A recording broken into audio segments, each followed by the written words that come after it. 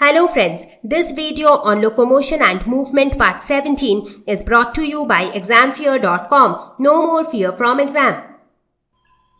So with this we have ended our discussion on the different types of skeletal system, that is the axial and the appendicular skeleton.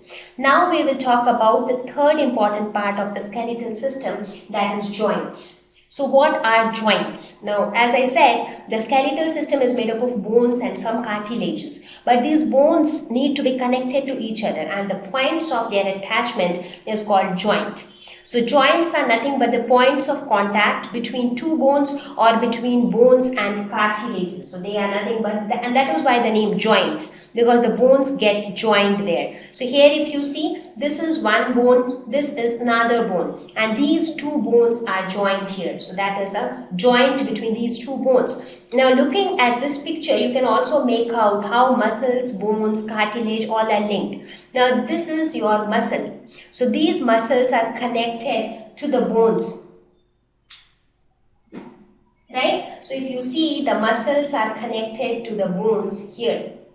And what are they called? They are known as the tendons. So the tendons connect the muscles to the bones, and here you have the bones. Now when the muscles contract, so these contraction actually can make the bones move, right?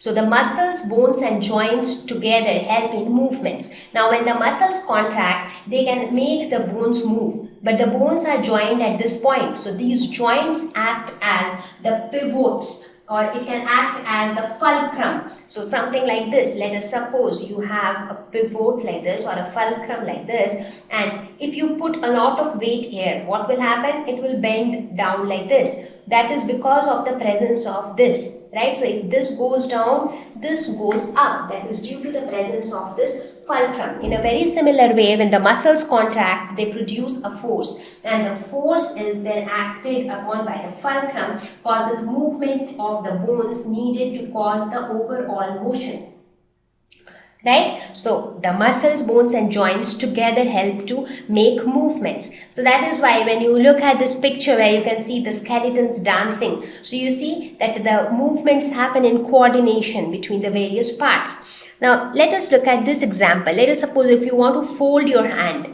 So how do your bones and muscles change? Now when your hand was like this, these were your, what are these? These are the bones which you have. Now these bones in turn are connected to the muscles, and these are the joints where the bones are connected. So if you see, when you contract, what happens? Your bones tend to relax. That happens due to the contraction of the muscles. When the muscles contract, they tend to pull these bones upward. When the bones move upward, the joints tend to move. When the joints move, they help to move the bones which are present in this location. And that is how you are able to carry out various movements. So now you are getting an idea how movements take place. So everything is initiated by the muscles. So only when the muscle contraction happens, the bone and the joints, they can move.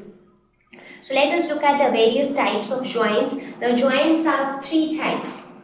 Fibrous joints. These joints do not allow any movements, and they are found in cranium, that is in the skull. That is why you would have seen that the skull is not movable. You can move your neck, but you cannot move your skull. Your skull is hard and stiff, but they are also there. In skull also you saw, right, that the cranial bones are all connected to each other. So they are also connected to each other by joints, but they are all fibrous joints, and that is why they do not allow any movements. The next type of joints are the cartilaginous joints. The name cartilaginous is related to cartilage. So here limited movements are allowed. So the bones are joined by cartilages, and these type of bones joints are found in the vertebral column. So even in the vertebral column, if you see, not too much of movements are allowed, right? Even though you can make some movements. For example, you can bend backwards, or you can make little bit of movements, but not very flexible movements. So there the bones are joined by the cartilage. So as I said, cartilage offers little bit of flexibility, and that is why little bit of movement is allowed. And the third type of joints are called the synovial joints. Here considerable movements are allowed. For example, the movement of your hands, your knees, your legs. So many movements you can make there, right? So this is because of a fluid-filled synovial cavity present between the two bones. Now in this case, between the two bones, you had cartilage. Now here in this case, between the two bones, you have a fluid. So when you have a fluid, it offers more flexibility because it is not very stiff and hard and solid. So these type of joints are found in the limbs. One of the example is the knee joint. So that is why you are able to fold your knees like here. So here you can see that the knees can be folded off. The arms here also, elbow can be folded off. So these are due to the presence of the synovial joints. So let us look at some of the examples of the synovial joints which are present in our body. So one example is the knee joint, which you can see here. The knee joint which can be easily folded. The next one is the ball and socket joint. What is ball and socket joint? It is present between humerus and the pectoral girdle. So this is the humerus bone and this is the humerus is on the hand. So this is your humerus, the long bone, and this is the pectoral girdle. So here you have the ball and socket joint. Why is it called ball and socket joint? Because the humerus head is almost like a ball, somewhat like this, and here the depression in the pectoral girdle, that is almost like a socket. So that is why it is called ball and socket joint, because the ball fits into the socket. So this type of ball and socket joint is also present between the femur head and the pelvic girdle. Next is the pivot joint, which is present between the atlas and the axis. Where is atlas? Atlas is the first vertebra of the vertebral column and axis is the second vertebra of the vertebral column. So between them is present the pivot joint. And what does the pivot joint do? It allows the flexible movement of the neck. We are able to move our neck, right? When you say a no, how do you move your neck? So from one side to the other, and that is possible due to the presence of the pivot joint, and that is why the name pivot joint. That means you have a stand like this and then you can rotate something above this. So that is how it is. You can rotate your neck just above this joint.